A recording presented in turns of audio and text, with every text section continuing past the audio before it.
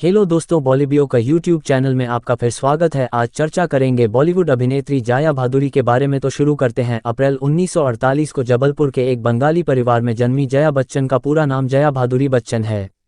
उनकी मां का नाम इंदिरा भादुरी और उनके पिता का नाम तरुण भादुरी था, जो कि एक लेखक के साथ पत्रकार और स्टेज आर्टिस्ट भी थे। उन्हें अपने समय की हिंदी सिनेमा की सर्वश्रेष्ठ अभिनेत्रियों में से एक के रूप में पहचाना जाता है। अपने करियर के दौरान उन्होंने 9 फिल्मफेयर पुरस्कार जीते, जिसमें सर्वश्रेष्ठ अभिनेत्री के लिए 3 और सर्वश्रेष्ठ सहायक अभिनेत्री के लिए 3 शामिल हैं, जिससे वह नूतन के साथ महिला अभिनय श्रेणियों में समग्र रूप से सर्वाधिक सम्मानित कलाकार हैं। 2007 में उन्हें फिल्मफेयर लाइफटाइम अचीवमेंट अवार्ड से सम्मानित किया गया। अप्रैल के महीने की 9 तारीख को बंगाली परिवार में जन्मी एक लड़की आज पूरे देश में अपने काम की बदौलत जानी जाती है। लंबे बाल, 2 चोटी, छोटा सा कद, प्यारी सी मुस्कान और लाजवाब सादगी लिए अपने करियर की शुरुआत करने वाली इस लड़की की जिंदगी में फिल्मी दुनिया का एक ऐसा शख्स है जिसके लिए देशभर की हजारों लड़कियां पलके बिछाए बैठती थीं। किस्मत का खेल देखिए जनाब, वह शख्स इनके नसीब में था जो किसी तीसरे की मौजूदगी के बाद भी इन्हें ही मिला। हम बात कर रहे हैं बॉलीवुड की गुजरे जमाने की बंगाली ब्यूटी जया भादुरी और उनके प्यार पति अमिताभ बच्चन की। रेखा की मौजूदगी के बावजूद बिग बी कैसे हमेशा हमेशा के लिए जया के हुए, ये कहानी बेहद दिलचस्प है। चलिए आज अभिनेत्री के जिंदगी की इस कहानी से आपको रूबरू कराते हैं।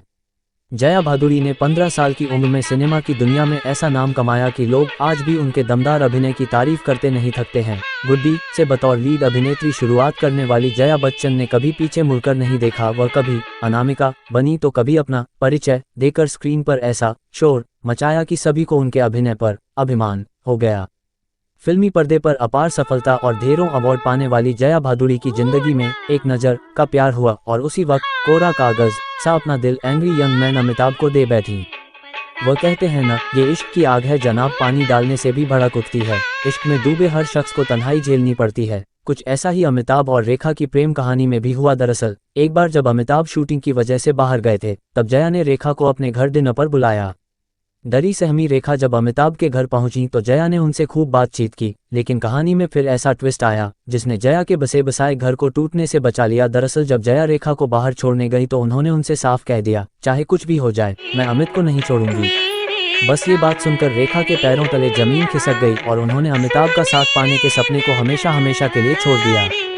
उन्हें अपने समय की हिंदी सिनेमा की सर्वश्रेष्ठ अभिनेत्रियों में से एक के रूप में पहचाना जाता है। अपने करियर के दौरान उन्होंने 9 फिल्मफेयर पुरस्कार जीते, जिसमें सर्वश्रेष्ठ अभिनेत्री के लिए 3 और सर्वश्रेष्ठ सहायक अभिनेत्री के लिए 3 शामिल हैं, जिससे वह नूतन के साथ महिला अभिनय श्रेणियों में समग्र रूप से सर्वाधिक सम्मानित कलाकार हैं। 2007 में उन्हें फिल्मफेयर लाइफटाइम अचीवमेंट अवार्ड से सम्मानित किया गया। जया ने सत्यजीत रे की महानगर में किशोरी के रूप में अपनी फिल्म की शुरुआत की। उनकी वयस्क के रूप में पहली फिल्म भूमिका गुड्डी में थी। आगे जाकर इनके साथ वह कई फिल्मों में काम की। उन्हें उपहार, कोशिश और कोरा कागज सहित अन्य फिल्मों में उनके अभिनय के लिए जाना गया। वो जंजीर, अभिमान, चुपके चुपके मिली और शोले जैसी फिल्मों में अपने पति अमिताभ बच्चन के साथ दिखाई दी। अभिनेता अमिताभ बच्चन से शादी और अपने बच्चों के जन्म के बाद जया ने फिल्मों में अपने काम को सीमित कर दिया। सिलसिला में अपनी उपस्थिति के बाद उन्होंने फिल्मों से अनिश्चितकालीन विश्राम लिया। उन्होंने 1998 में गोविंद निहलानी की 1084 की मां के साथ अभिनय में वापसी की। तब से उन्होंने फिजा, कभी खुशी कभी गम और कल हो ना हो जैसी कई गंभीर और व्यावसायिक रूप से सफल फिल्मों में काम किया है। सभी से उनकी आलोचनात्मक प्रशंसा हुई। साथ ही साथ उन्होंने कई पुरस्कार और नामांकन प्राप्त किए। वीडियो पसंद आया हो तो शेयर, लाइक और सब्सक्राइब कीजिए। जय हिंद दोस्तों।